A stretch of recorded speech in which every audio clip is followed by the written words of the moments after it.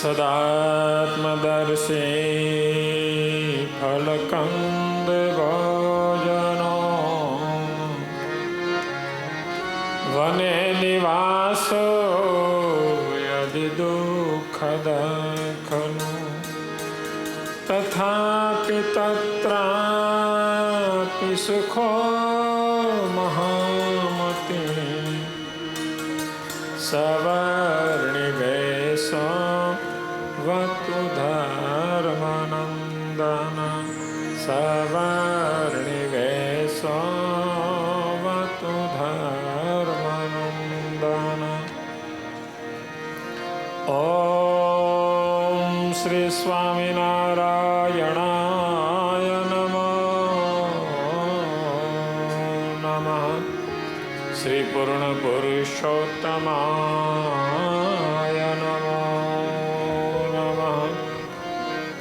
શ્રી હરિ કૃષ્ણાય ઘનશ્યામાય નીલકંઠાય શ્રી સહજાનંદ સ્વામીને નમો નમઃ. બોલો સ્વામિનારાયણ ભગવાનની જય. હરિ કૃષ્ણ મહારાજની જય. લક્ષ્મી નારાયણ દેવની જય. નરનારાયણ દેવની જય. 2 જ મિનિટ હરિસ્મરણ.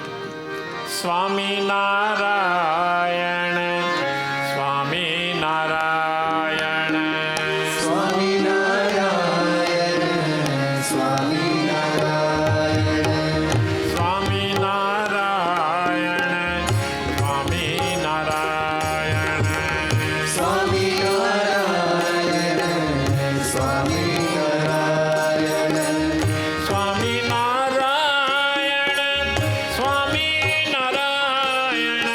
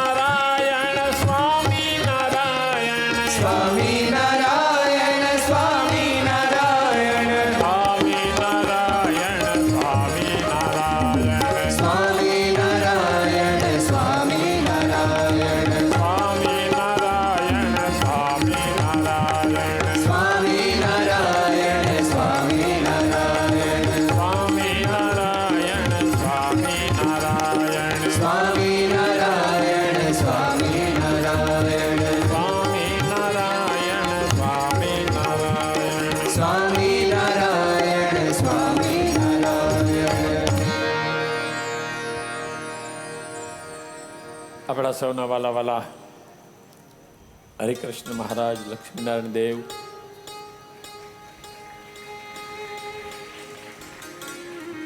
શિક્ષાપત્રી એવં આચાર્ય સ્થાપન દ્વિશતાબ્દી મહોત્સવ,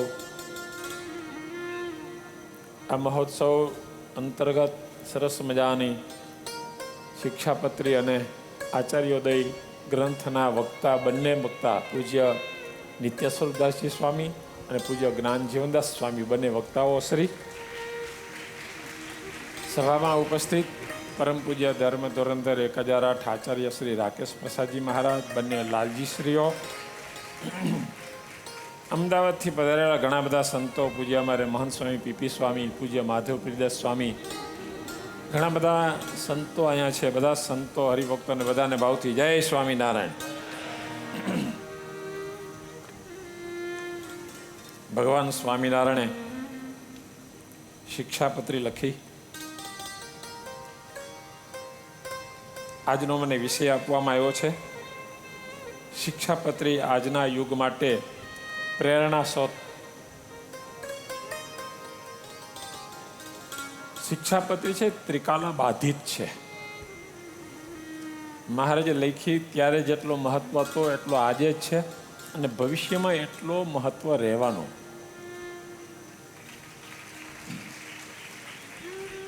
કેવું હોય તો કહી શકાય કે સદાચારનું સરનામું એટલે શિક્ષાપત્રી. આલોક અને પરલોકમાં સુખી થવા માટે શિક્ષાપત્રીની અતિ આવશ્યકતા છે. ભારતીય બંધારણમાં આઈપીસી ઇન્ડિયન કલમો આવે છે. એમાં 511 કલમોનો સમાવેશ શિક્ષાપત્રીમાં થઈ જાય. એક સાધારણ ઉદાહરણ લઈએ તો ભગવાન સ્વામિનારાયણે શિક્ષાપત્રીમાં 17મા શ્લોકમાં લખ્યું છે, સ્તેન કર્મ ન કર્તવ્યમ ધર્માર્થમપી કેનચિત. મહારાજ કે ધર્મ કરવાને અર્થે પણ અમારા સત્સંગીએ ચોરનું કર્મ ન કરવું. ધણિયાતું કાષ્ટ પુષ્પાદિક વસ્તુ તે તેના ધણીને પૂછ્યા વિના, આજ્ઞા વિના ન લેવી. તો આપણા ભારતીય બંધારણમાં આઈપીસી એટલે ઇન્ડિયન પિનલ કોડ કલમ નંબર 378 એમાં લખ્યું છે કે ચોરી ન કરવી, અને કદાચ કોઈ ચોરી કરે તો એના માટે શું દંડ દેવો. તો કલમ નંબર 379 એમાં લખ્યું છે કે કોઈ વ્યક્તિ ચોરી કરે તો 3 વર્ષ એને કેદ અથવા દંડ અથવા બંને. ત્યારે વિચાર કરીએ કે આજથી 200 વર્ષ પહેલા ભગવાન સ્વામિનારાયણે એના આશ્રિતોને કેટલા બધા બચાવી લીધા છે. ગામડાના એક નાનામાં નાનો હરિભગત હોય એ પણ ભગવાન સ્વામિનારાયણની શિક્ષાપત્રીનું પાલન કરે. લંગાડા ગામ છે. આ ગામમાં એક ખેડૂત જ્ઞાતિ આહિર, એનું નામ છે માંડણભાઈ, અને ભક્તરાજ ભગવાન સ્વામિનારાયણનો આશ્રિત, ખેતી કરે, ગુજરાન ચલાવે, પણ ભગવાન સ્વામિનારાયણનો આશ્રિત. એક દિવસ આ માંડણ ભગત ગાડું જોડીને ખેતર જતા હતા. ગાડામાં એની પત્ની બેઠા હતા. ગાડું ચાલ્યું જતું હતું રસ્તામાં એક દોરડું પડ્યું હતું. આ માંડણ ભગતના ઘરના એ જોઈ ગયા દોરડાને. ગાડામાંથી ઉતરી દોરડું ગાડામાં નાખીને પાછા ગાડામાં બેઠા. એ માંડણ ભગતે જોયું એટલે માંડણ ભગતે પૂછ્યું, શું લીધું? ત્યારે એના પત્ની કહે છે, કંઈ નહીં. નહીં, સાચું બોલ, શું લીધું? તો કે દોરડું. આપણું છે? તો કે ના. તો કે નાખી દે. પણ મેં ક્યાં ચોરી કરી છે? ત્યારે માંડણ ભગત કહે છે, તું દોરડું નાખી દે, નહીંતર આજથી તારા હાથનું ખાઈ હરામ. એ બાઈએ દોરડું નાખ્યું, પછી માંડણ ભગતે ગાડું આગળ ચલાવ્યું. એક ગામડાના હરિભગત, તમે એની નીતિમત્તા જુઓ કેટલી બધી. આનું કારણ શું? આનું કારણ શિક્ષાપત્રી. એટલે જ સદાચારનું સરનામું એટલે શિક્ષાપત્રી. હા, આને જ સદાચાર કહેવાય. પીપળી ગામના એક પલેવાડ બ્રાહ્મણ, કાનાભાઈનું નામ, ખેડૂત, ખેતી કામ કરે, ખેતરમાં ઝાર વાવેલી, અને ઝાર જ્યારે પાકે ને ત્યારે એના રક્ષણ માટે વચ્ચે માંડવો કરી અને પંખીડા ઉડાડતા હોય. એની સ્ત્રી બપોરે ભાત લઈને આવે છે. ત્યારે માંડવા ઉપર બેઠા બેઠા કાના ભગતે જોયું કે પોતાની સ્ત્રી બીજાના ખેતરમાં જઈ અને પેલા ઝારનો સાંઠો કાપી અને એનો દીકરો વાલ્યો એને આપ્યો. એ વાલ્યો શેરડીનો પેલો ઝારનો સાંઠો ખાતા ખાતા ખેતર આવે છે. એટલે કાના ભગતે એની પત્નીને પૂછ્યું, એટલે ખેતરમાં કેમ ગઈ હતી? ત્યારે એની પત્ની કહે છે કે આ વાલિયાએ વેન કર્યું કે માં, મને આ ઝારનો સાંઠો આપો. જેમ શેરડી ખવાય એમ ઝારનો સાંઠો પણ ખવાય, બહુ મીઠો હોય. એ વાલિયાએ વેન કર્યું ને એટલે એને એક સાંઠો કાપી દીધો. ત્યારે કાના ભગત કહે છે, ભગવાન સ્વામિનારાયણ શિક્ષાપત્રીમાં શું લખ્યું છે કે એના ધણીને પૂછ્યા વિના કોઈ પણ વસ્તુ લેવી નહીં. કેમ લીધી? હવે મારે જમવું નથી, હું નહીં ખાવાનો. એની પત્નીએ પૂછ્યું તો શું કરું? તો એક ઉપવાસ કરી તો તારા હાથનું જમવું. એની પત્નીએ એક ઉપવાસ કર્યો. ખેતરમાંથી એક ખાલી ઝારનો સાંઠો લીધો, તોય કાના ભગતે એને પત્નીને ઉપવાસ કરાવ્યો. એની પત્નીએ ઉપવાસ તો કર્યો, પણ મનમાં લાગી ગયું. હવે એ ધ્યાન રાખે છે કે મારો ધણી ભૂલ કરે એટલે એને મારે કેવું છે. રાહ જોવે છે. એમાં એક દિવસ કાના ભગત મગફળી લાવ્યા. મગફળી એટલે એની પત્ની કીધું, આપણા ખેતરમાં મગફળી નથી ને લાવ્યા ક્યાંથી? ઉપવાસ કરો, હાલો. કાના ભગતે ને મોટા ભાઈને બોલાવી લાવ્યા અને એને સાક્ષી કીધું, મોટા ભાઈ, આ મગફળી તમે આપી છે કે નહીં? મારી પત્ની એમ કહે છે કે આપણા ખેતરમાં નથી ના, કોની ચોરી લાવ્યા? ભલે ભક્તો, જ્યારે કાના ભગતે ની સાક્ષીમાં વાત કરી ત્યારે એની પત્ની કીધું તો વાંધો નહીં. આપણે એમ લાગે ગામડાના નાના નાના હરિભક્ત પણ શિક્ષાપત્રી પાળી પાળીને અક્ષરધામમાં જતા રહ્યા છે. સાંભળો છો? દેહ કરીને ચોરી કરવી એ તો પાપ છે, પણ મનથી નહીં, કોઈ દિવસ લઈ લેવાનું મન થાય એ પણ પાપ છે. આપણા સંપ્રદાયમાં એવા અદ્ભુત ઇતિહાસો લખાયેલા છે. કુંડલા ગામ, ત્યાંના એક આલા ખોમાણ હરિભગત, બહુ સારા હરિભગત, નીતિમાન, શિક્ષાપત્રીનું પાલન કરે. એને કુવાડાનો હાથો ભાંગી ગયો. એટલે મનમાં સંકલ્પ કે આપણે હાથો કરાવવો છે, જંગલમાં જઈને લાકડું કાપી લાવવું પડશે, સુતાર પાસે જવું પડશે. આવો વિચાર આવતો તો, સંકલ્પો થતા હતા. એમાં રાત્રે સૂતા, ઊંઘ આવી. ઊંઘમાં એ ઘોડા ઉપર ચાલ્યા જાય છે. ભગત બહુ સારા. કોઈને ભૂત વળગ્યું હોય તો આ આલાભાઈ એને ભૂત કાઢી નાખે, એને સારંગપુર જવાની જરૂર નહીં. હા, એવા બળિયા હરિભગત સ્વામિનારાયણની ધૂન કરે, ગમે તેને ભૂત વળગ્યું હોય, ભૂત નીકળી જાય. પણ આજ રાતે સુતા છે ને, સ્વપ્નમાં સંકલ્પ ખરા કે મારે હાથો કરાવવો છે. ઘોડા પર બેસીને જતા હતા, એવું સ્વપ્ન આવ્યું ને રસ્તામાં એક લાકડાનો હાથો પડ્યો હતો. એટલે એને લેવાનું મન થયું. સ્વપ્નમાં લીધો નહીં, સ્વપ્નમાં સંકલ્પ થયો કે હાથો પડ્યો છે તો લઈ લઉં, મારે કાલે સુતાર પાસે જવું નહીં. ત્યાં એની ઊંઘ ઉડી ગઈ. પછી એને વિચાર આવ્યો કે મને સ્વપ્નમાં બીજાની વસ્તુ લેવાનો સંકલ્પ થયો કેમ?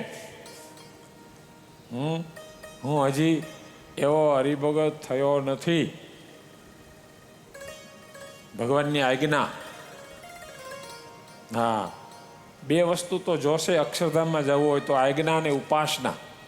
માવદન કવિએ કીર્તન લખ્યું છે, અક્ષરધામે કેમ જાસો જિજ્ઞાસુ, અક્ષરધામમાં જાતા માયા રોકશે.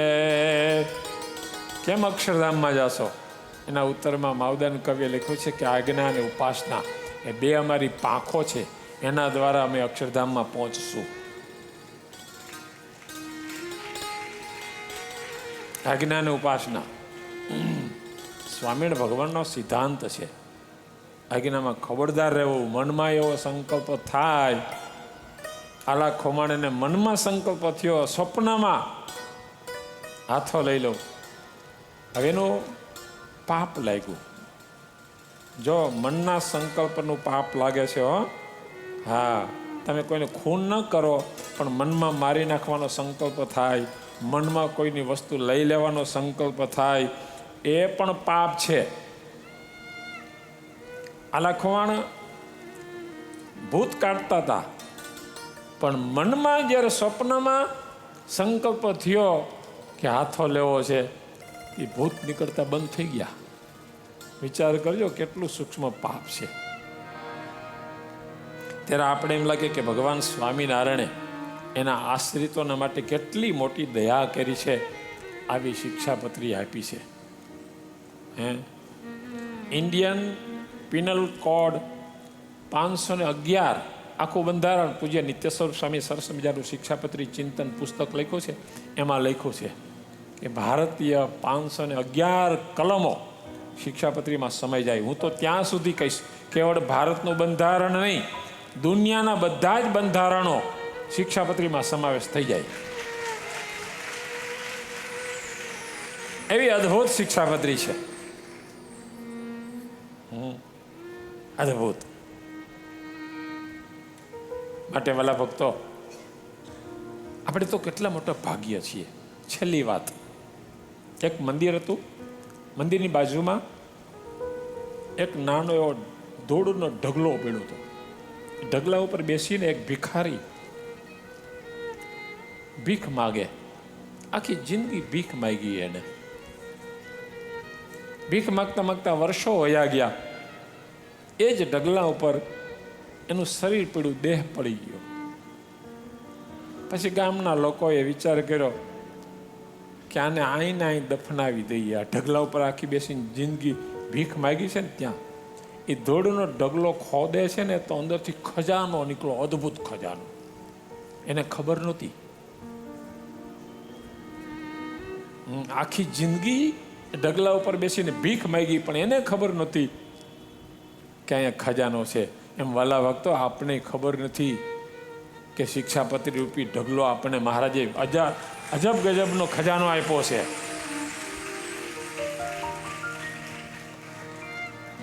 અજબ ગજબનો ખજાનો છે.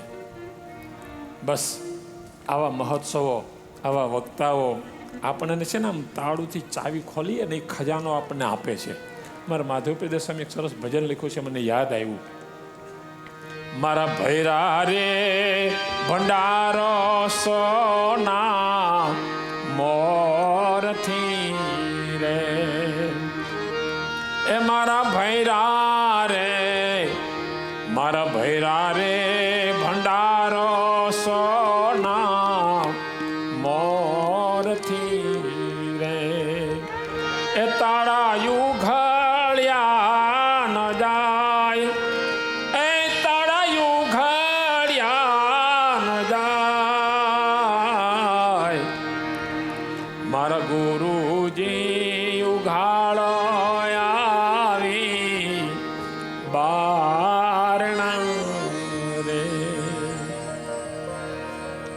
અજ્ઞાનરૂપી તાળા. આવી કથા સાંભળતા હોઈએ તો સંતો શું કરે છે ભાઈ? અજ્ઞાનરૂપી તાળા જ ઉગાડીને આપણે ખજાનો આપે છે. તો વચનામૃત અને શિક્ષાપત્રી અદ્ભુત છે. માટે જે દિવસ શિક્ષાપત્રીનું વાંચન ન થાય, પૂજન ન થાય, તે દિવસ એક ઉપવાસ કરવો, એમ ભગવાન સ્વામિનારાયણે વચનામૃતમાં આદેશ કર્યો છે. માટે શિક્ષાપત્રીનું વાંચન ન થાય કે પૂજન ન થાય, તે દિવસ આપણે એક ઉપવાસ કરવાનો.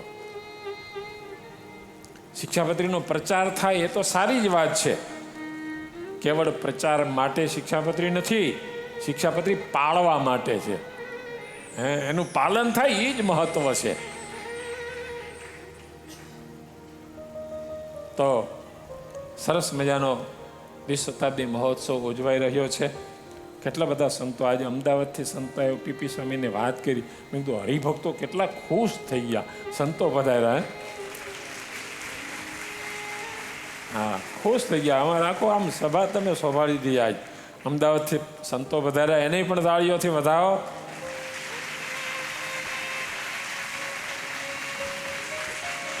આજની આ સભા,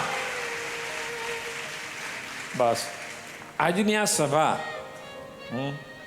આ સભામાં આચાર્ય મહારાજ, લાલજી મહારાજ, વક્તાઓ શ્રી, વિદ્વાન સંતો, આ બધા સંતો બેઠા છે.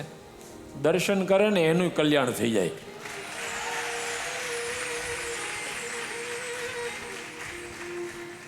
એમાંય પવિત્ર વડતાલ ધામ, જ્યાં ભગવાન સ્વામિનારાયણ અને આપણા નંદ સંતોની ચરણ રજથી પાવન થયેલ છે.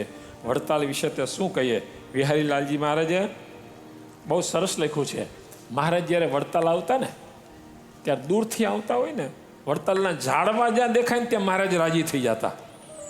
હા, દીઠા વડતાલના ઝાડ જ્યારે બહુ રાજી થયા પ્રભુ ત્યારે.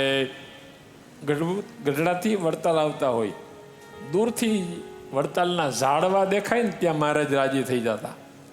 આચાર્ય શ્રી વિહારલાલજી મહારાજે હરિલીલામૃત ગ્રંથમાં લખ્યું છે, દીઠા વડતાલના ઝાડ જ્યારે બહુ રાજી થયા પ્રભુ ત્યારે.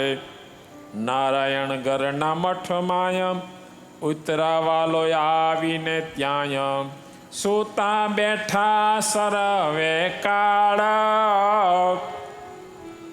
સૂતા બેઠા સરવે કાળ, વાલો સંભારે છે વરતાલ. મારે સૂતા હોય, બેઠા હોય, વડતાલને સંભારે. જેમ ઘરને સંભારે પ્રવાસી, એમ વરતાલ ને અવિનાશી.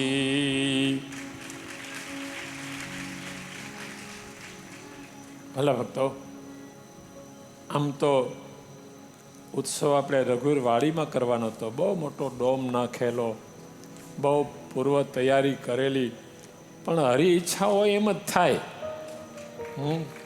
મારે જે શિક્ષાપત્રી અહીંયા લખી, આચાર્યનું સ્થાપન અહીંયા કર્યું, ઉત્સવ ન્યા કરો એ બરાબરની અહીંયા કરો. મહારાજે આદેશ ન કર્યો, પણ મહારાજે ઇન્દ્રને મોકલા, મેઘરાજને મોકલા. પણ આવી પરિસ્થિતિમાં આટલો સરસ મજાનો સમયો થયો. તો સંતોને અને સ્વયંસેવકોને ખૂબ ખૂબ ધન્યવાદ. આ ઉત્સવમાં જે યજમાનોએ લાભ લીધો છે એ દરેકને ખૂબ ખૂબ ધન્યવાદ. આટલા બધા સંતો પધાર્યા છે, એના ચરણમાં વંદન કરી, આચાર્ય મહારાજ, લાલજી મહારાજના ચરણમાં વંદન કરી મારી વાણીને વિરામ આપું છું. જય ઘોષ સાથે મારી વાણીને વિરામ. બોલો હરિ કૃષ્ણ મહા